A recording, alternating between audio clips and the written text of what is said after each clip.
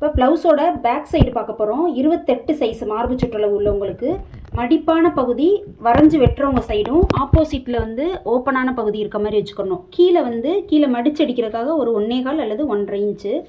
முழு நீளம் பார்த்திங்கன்னா இது 12.5 தனியாக ஒரு 1/2 இன்ச்சு சேர்த்து வச்சுருக்கோம்.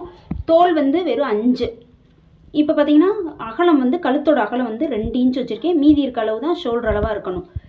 இப்போ பார்த்திங்கன்னா இங்கே மேலே எவ்வளோ வச்சோமோ அதே அளவே தான் இங்கேருந்து இங்கே வைக்கணும். இப்போ பார்த்திங்கன்னா இந்த மார்பு சுற்றளவு வந்து 28 வந்து 4ஆல் டிவைட் பண்ணால் 7. அதை விட 1/2 இன்ச்சு எக்ஸ்ட்ரா வச்சுருக்கோம். எப்பயுமே வந்து அந்த அளவை விட 1/2 இன்ச்சு எக்ஸ்ட்ரா வச்சோம்னா தான் சரியாக இருக்கும்.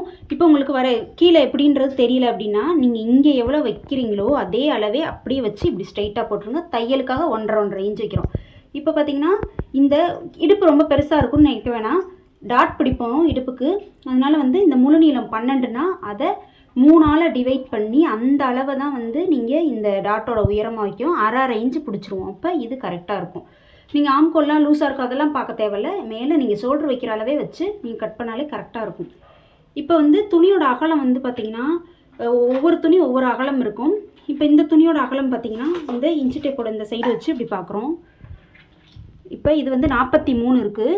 ஒரு சில மெட்டீரியலில் அதிகமாக இருக்கும்.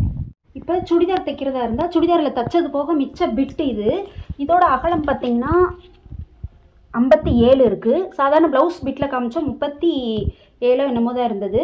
இப்போ பார்த்திங்கன்னா இதோட அகலம் பார்த்திங்கன்னா 62 இருக்குது. ஏன்னு கேட்டிங்கன்னா அகலம் ஜாஸ்தியாக இருக்குதுன்னா உங்களுக்கு கம்மியாக போதும், 65 இருந்தால் போதும். இதுக்குள்ளேயே வந்து ஒரு 34 சைஸோட ப்ளவுஸ் பேட்டர்னை வச்சு காட்டியிருக்கேன் பாருங்கள். இதோட முடிஞ்சிடும் இதோட வேலை.